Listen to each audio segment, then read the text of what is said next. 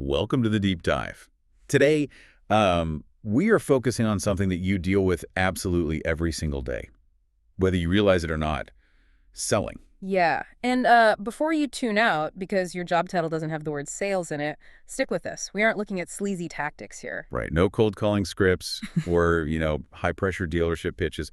At its core, the material we're unpacking today is really a masterclass in human psychology. It's about influence and how we communicate value to the people around us. Exactly. When you strip away the corporate jargon and all the marketing buzzwords, selling is simply the art of understanding what makes people tick. It's an exploration of what drives human behavior, how we assess risk. And ultimately, how we make decisions in a world that is just constantly demanding our attention. Nano resources, yeah. So our source material for this exploration is a rapid-fire article by Josh Spector. It's titled 41-Sentence Product Sales Tips. And reading it is, it's an interesting experience. It's a lot to take in at once. It really is. Right. If you sit down and just read 40 disconnected sentences in a row, you walk away with a severe case of information overload. The human brain just isn't designed to hold on to 40 disparate pieces of advice without a framework to hang them on. A list format like Spector's is brilliant for, say, a quick morning scan over coffee. But it forces the reader to do all the heavy lifting. You have to figure out how tip number 4 relates to tip number 37. Right. And without synthesizing those individual data points into broader themes, the knowledge tends to evaporate the second you close the browser tab. Which is exactly the heavy lifting we're going to do for you today. We're taking those 40 individual nuggets of wisdom and building a cohesive framework around them. We want to pull out the underlying principles of human behavior, perceived value, and communication that Spector is pointing at. And looking at Spector's tips as a collective whole, a fascinating theme emerges almost immediately. The overarching premise of his entire philosophy is that sales isn't actually about the product at all. Not at all. The physical item or the specific service is almost secondary. It's entirely about understanding the psychology of the buyer. You are solving for human nature, not just engineering a widget. Let's start right there, because that completely reframes how we should even define what a product is. One of the most counterintuitive takeaways here is the idea that people buy transformations, Yes. not products. Spector actually defines a product merely as a delivery mechanism for a result. That phrasing, a delivery mechanism for a result, that represents a massive paradigm shift for anyone who makes, creates, or shares anything. We have this natural tendency to obsess over the features of the thing we've built. Sure, if you write code, you obsess over the elegant architecture of the software. Or if you design clothes, you obsess over the stitching. But the end user rarely cares about the architecture or the stitching. They care about what that software or that garment does for them. You are never selling the item. You're selling the capability or the feeling it unlocks. It's like that classic business school analogy, right? You don't buy a quarter-inch drill bit because you want a drill bit. You buy it because you want a quarter-inch hole in the wall. Exactly. But Spector takes that a step further into the psychological realm. He notes that people buy things to feel good, to avoid doing tasks they hate, to gain access to exclusive spaces, or to signal their status to others. Yeah, the hole in the wall isn't even the final result. No. Maybe the result is the feeling of being a competent homeowner who finally hung that painting. The signaling aspect is maybe the most powerful driver here. Spector observes that most people buy products because they either want to fit in with a specific group Or stand out from the crowd.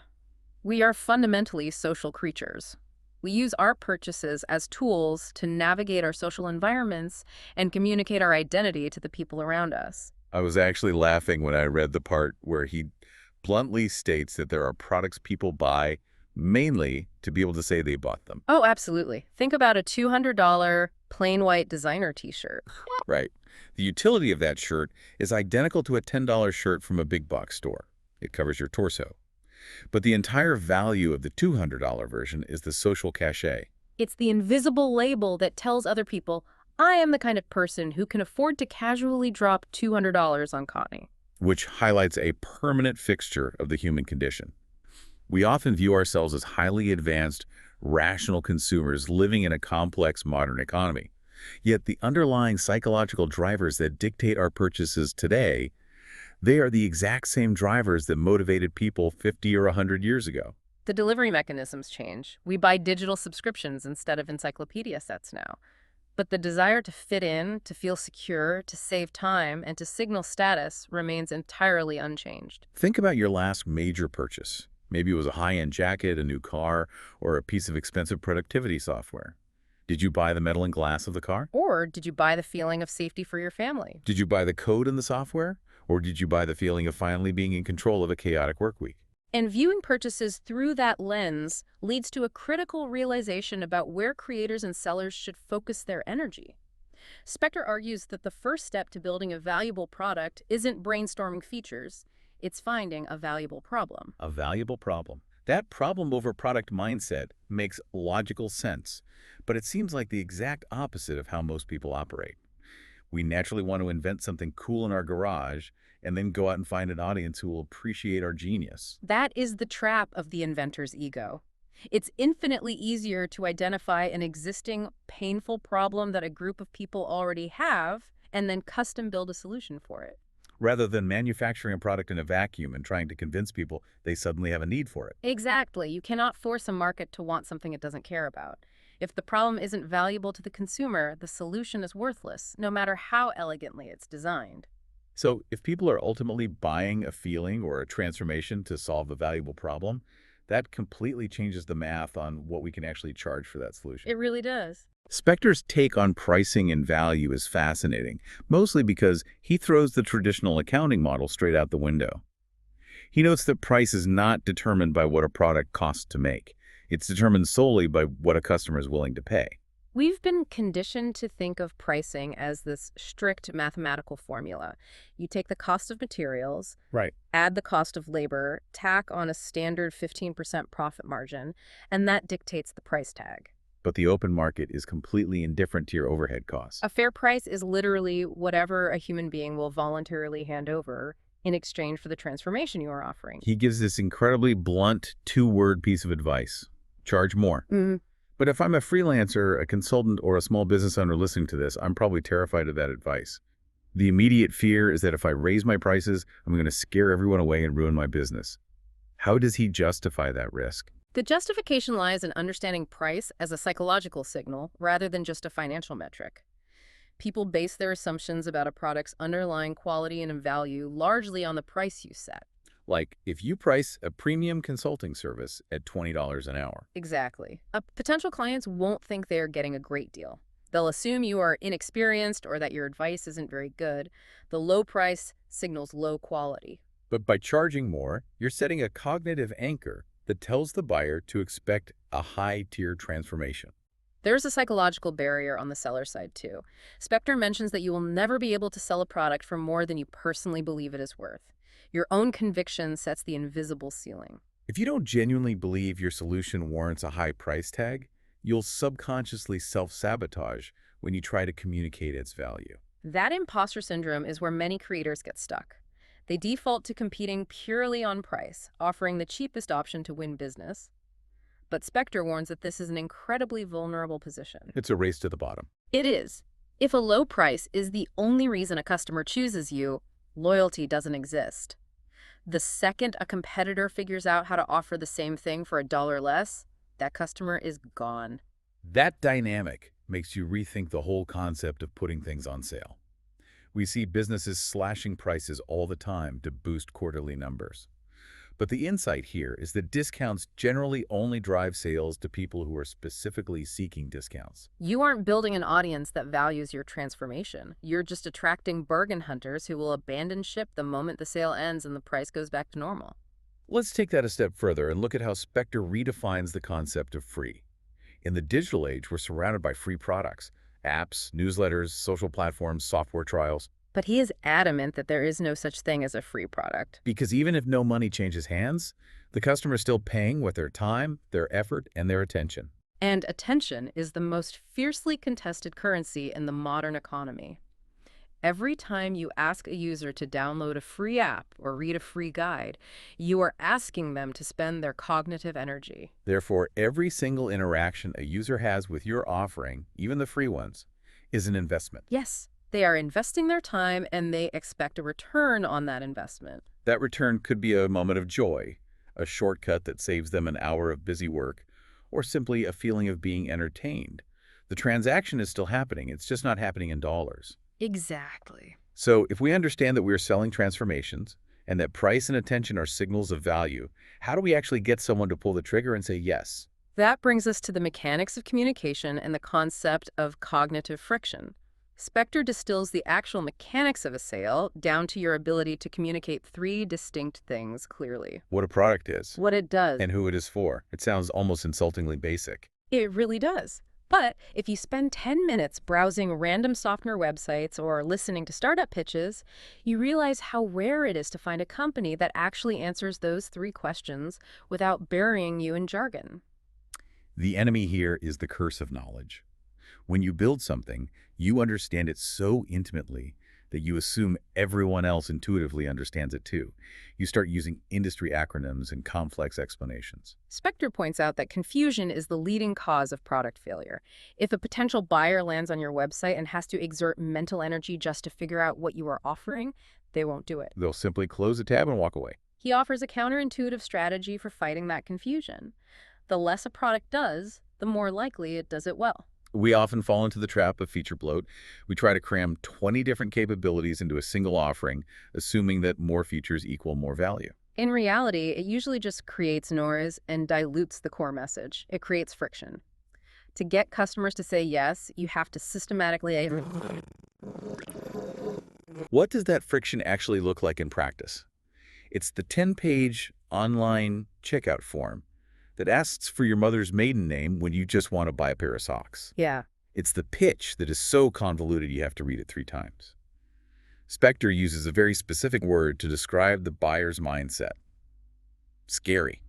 Buying is scary. It is. Your job as the person offering the solution is to make it feel safe. There is a massive psychological asymmetry of risk between the buyer and the seller. When someone buys from you, they are parting with finite resources in exchange for a promised future result. What if the product doesn't work? What if it's too hard to use? What if they look foolish to their boss for recommending it? You have to mitigate that fear through clear communication, guarantees, and lowering the perceived risk of taking action. But even if you manage to make the purchase feel completely safe and you remove all the friction, you still have to battle the ultimate boss of human behavior, inertia. Inertia is huge. Spector notes that you must provide a concrete reason for them to buy now. If there's no pressing reason to take action today instead of next week, human beings will invariably choose next week. I'll think about it tomorrow is where sales go to die. You have to introduce genuine urgency. But urgency alone isn't enough if they don't trust you. This is where Spector's insights on social proof come into play. He highlights that the words others say about your product carry significantly more weight than anything you could ever say about it yourself. It's the Amazon review effect.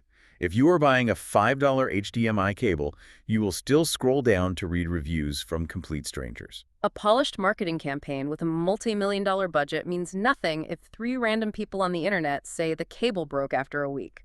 We inherently trust our peers over brands. But Spector adds a crucial caveat to that dynamic. Potential customers have absolutely no idea that your existing customers love your product unless you explicitly and systematically tell them. You cannot rely on organic word of mouth happening in a vacuum. You have to actively capture those success stories and showcase them prominently. And when you do have to speak for yourself and pitch your offering, he suggests a brilliant, deceptively simple messaging strategy. Stop writing your own copy and just use your customers' words. Listen to how the people who actually bought your product describe the transformation it gave them and reflect those exact phrases back to your potential buyers. It strips away the marketing speak and builds an immediate bridge of empathy. If a customer says, "Your software finally let me eat dinner with my kids instead of staring at spreadsheets," That is your headline. You don't write, "We optimize data entry workflows for maximum efficiency." You sell the transformation of eating dinner with their kids. which perfectly transitions into the mindset of the person doing the selling. Yeah. There's an 8-word quote from Spector that encapsulates this entire philosophy. Your job isn't to sell, it's to provide. That shift in vocabulary changes the entire dynamic of the interaction. The word selling often carries an adversarial connotation. It implies you're trying to convince, coerce, or persuade someone to do something that benefits you. But when your identity shifts to providing, you're simply offering a well-crafted solution to a valuable problem. You are acting in service to the customer. And operating from a mindset of service also changes what happens after the credit card is swiped. Spector points out that a sale isn't the end of a relationship, it is the beginning. That is the exact moment many businesses drop the ball.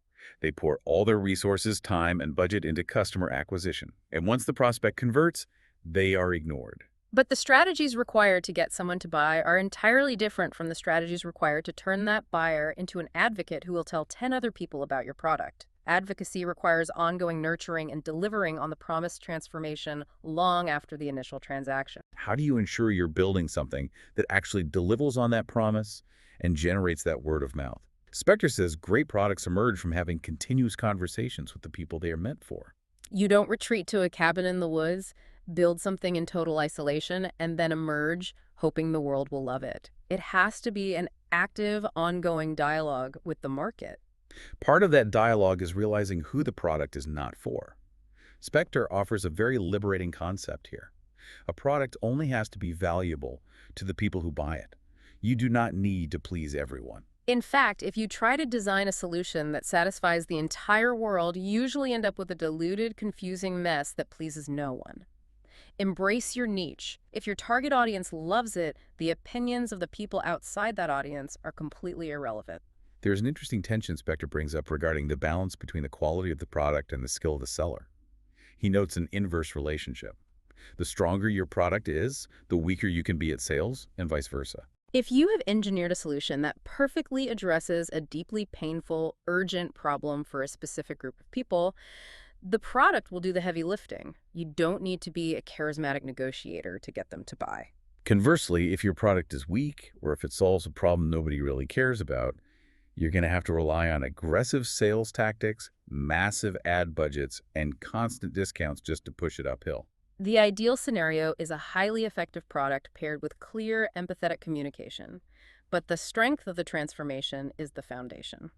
For anyone listening who is currently trying to launch a new idea, a freelance business, or a side project, Spector offers some incredibly encouraging math regarding momentum. See, if you can sell 1, you can sell 10, and if you can sell 10, you can sell 100. That first sale is the ultimate proof of concept. Getting a single human being, who isn't your mom or your best friend, to validate your solution, agree that you've solved a valuable problem, and hand over their hard-earned resources for that transformation is the hardest part of the entire journey. Once you cross that threshold, you have a blueprint. You just need to analyze and replicate the exact conditions, messaging, and environment that led to that first yes. But let's look at the dark side of that. What if you build the product, you set a premium price, you try to use the customer's words, and it just totally flops? No one buys it. You get zero traction. Spector reframes that scenario, not as a failure, but as data. He reminds us that successful products always contain the lessons of failed products. A launch that gets zero traction isn't a dead end. It is the market communicating with you. It's telling you exactly what they don't want, or that the problem isn't painful enough, or that the friction was too high. That failure brings you one step closer to figuring out what they actually do want. It's a necessary part of the calibration process. So bringing all these threads together, what are the core principles to walk away with? First, change your lens on what you are offering. You are always selling a transformation, a feeling, or an identity, never just a physical item. Second, price your solutions based on the perceived value of that transformation, not your baseline costs, and recognize that price is a signal of quality. Third, ruthlessly eliminate cognitive friction. Speak clearly, use your customer's own vocabulary, and make the act of saying yes feel safe and urgent. And finally, view your role not as a salesperson trying to extract value, but as a provider offering a genuine solution to a valuable problem. The beauty of synthesizing Spector's list this way is realizing how broadly these principles apply outside of a traditional business context. This isn't just a playbook for entrepreneurs or startup founders. It is a fundamental guide to human interaction. Whether you are pitching a new workflow to a skeptical boss, trying to convince a stubborn toddler to eat their vegetables, or navigating a complex negotiation with a partner, the mechanics are identical. You're constantly dealing with friction, perceived value, status signaling, and the universal human desire for a positive transformation. We are all providing solutions, and we are all seeking transformations every single day. So as we wrap up this deep dive, I want to leave you with a final provocative thought to mull over. If a product is merely a delivery mechanism for a result, and people ultimately buy transformations, what is the ultimate transformation that you are currently selling in your own life and work? Think about the people who interact with you. Your colleagues, your clients, your friends, your family. What is the real underlying result they get from spending their time and energy on you? And more importantly, are you communicating that value clearly? That is a phenomenal question to sit with. We hope this deep dive has given you a completely fresh perspective on human behavior and how you communicate your own value to the world. Thanks for joining us, and we will see you on the next one.